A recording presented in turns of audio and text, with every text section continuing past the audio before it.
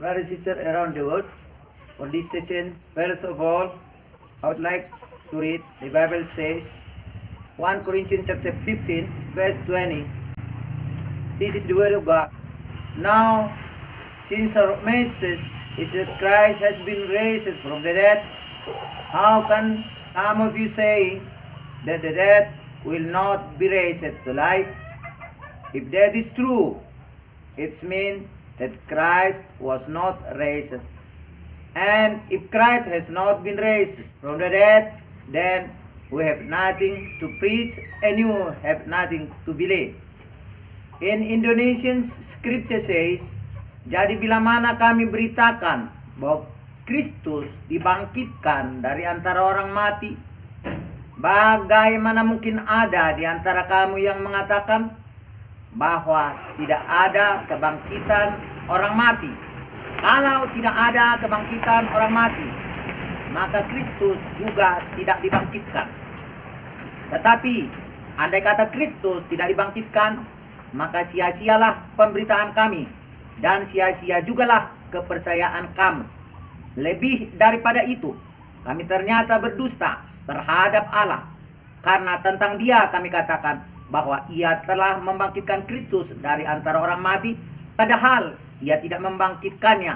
Kalau andaikan benar bahwa orang mati tidak dibangkitkan. This is the word of God. I read from the scriptures in English and Indonesia unto you, brother and sister, that how we know that Jesus was raised from the dead. Bagaimana kita tahu bahwa Kristus bangkit dari antara orang mati? Karena semua orang mendengarkan berita sejauh bagaimana berita itu sampai kepada mereka masing-masing. Everyone just hear the story they hear from the others. Setiap orang tentu hanya bisa menangkap apa yang pernah mereka dengarkan dari guru-guru mereka, dari pendongeng-pendongeng dan para sejarah. Saudara-saudara, tetapi sesungguhnya baik sejarah maupun berita benar tidaknya itu bisa diuji dengan apa yang disebut metodologi pengujian. Ada syarat dari metodologi pengujian sesuatu berita itu buruk atau benar atau bohong. Semisal, jikalau ada seorang pencuri dicurigai oleh penuduh lalu dilaporkan ke polisi, semisal dia dikatakan mencuri di Jakarta, kejadian pencurian pada tanggal 5 bulan 5 jam 5 pagi. Tetapi ketika polisi menguji bahwa keberadaan dari orang yang dituduh itu mencuri, ternyata pada tanggal 5 bulan 5 tahun 1975 pagi dan hari yang sama, bukanlah di lokasi terjadinya pencurian, bukan di lokasi terjadinya TKP. Itu berarti bahwa tuduhan bahwa si pencuri sedang mencuri di Jakarta, padahal pada banyak kesaksian dan fakta bahwa sedangkan ia berada di Banda Aceh pada hari, pada jam, dan pada tanggal yang sama. Begitulah salah satu metodologi bagaimana menguji, bagaimana meneliti sesuatu itu benar. Yang pertama, di dalam pemahaman intelektual ada saksi, ada data, ada misalnya CCTV, dan ada bukti otentik yang terkait dengan satu peristiwa. Dengan apakah Yesus benar-benar pernah mati dan dibangkitkan kembali?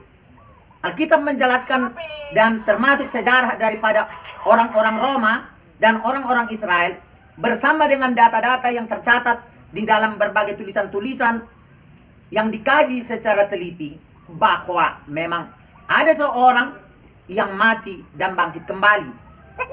Saudara-saudara, ribuan tahun sebelum kejadian itu terjadi, maka bahwa ayat-ayat kitab suci menjelaskan bahwa Mesias akan menderita sebagai ganti daripada korban Taurat, di mana setiap dosa harus diselesaikan dengan matinya korban berupa binatang, sekukur domba, dan sebagainya. This is the scripture was saying for us that God has shown that Jesus was raised from the dead. For what? For the list of the truth was saying on the Bible.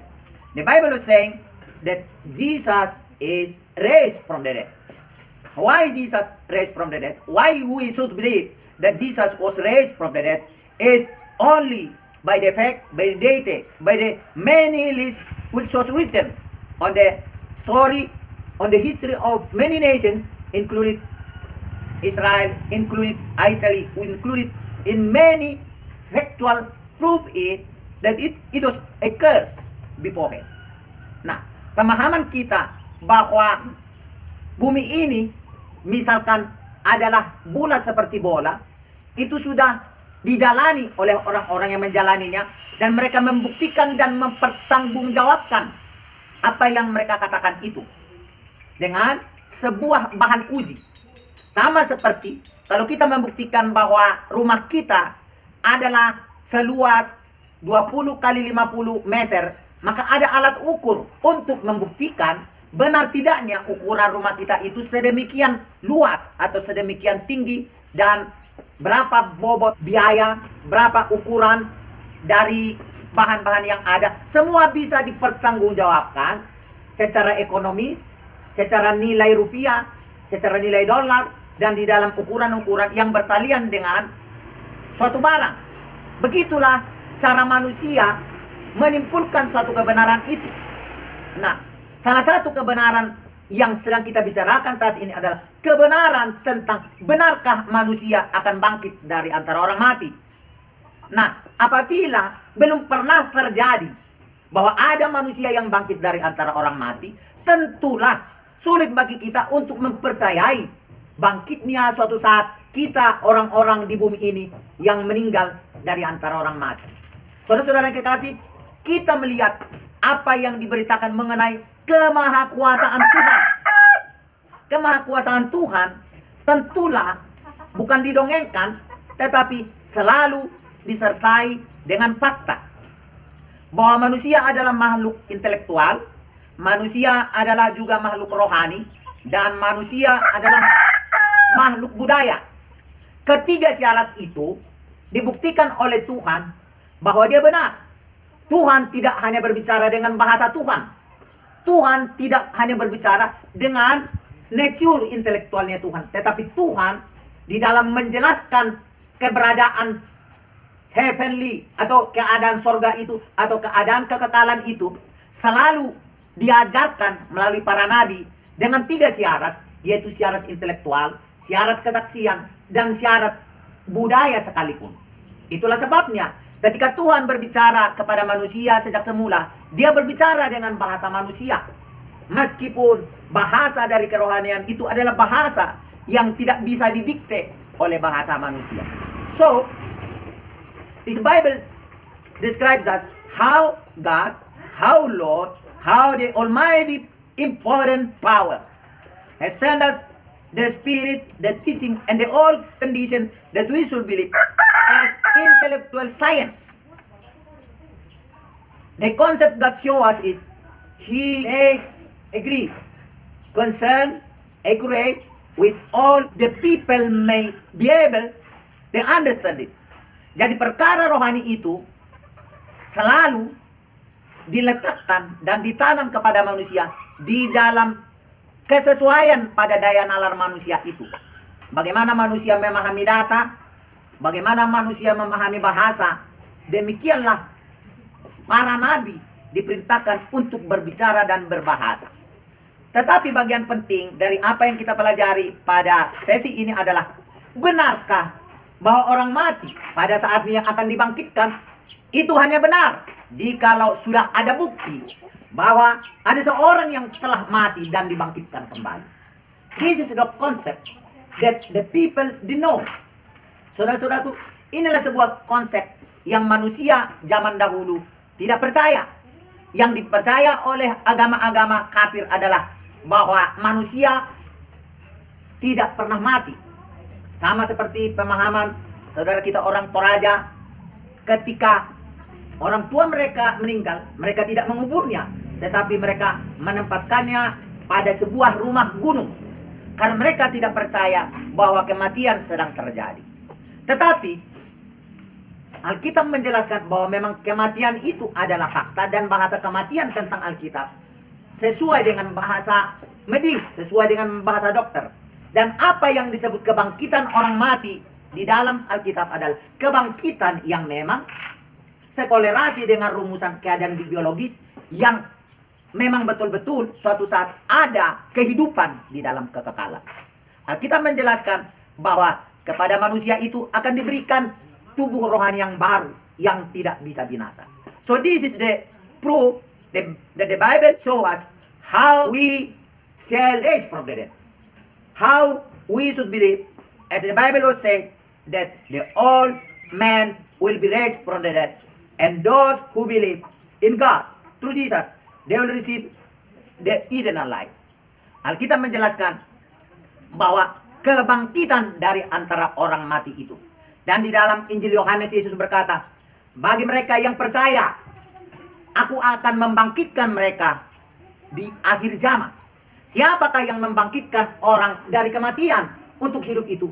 Adalah Dia yang pernah mati dan pernah bangkit dari kematian itu.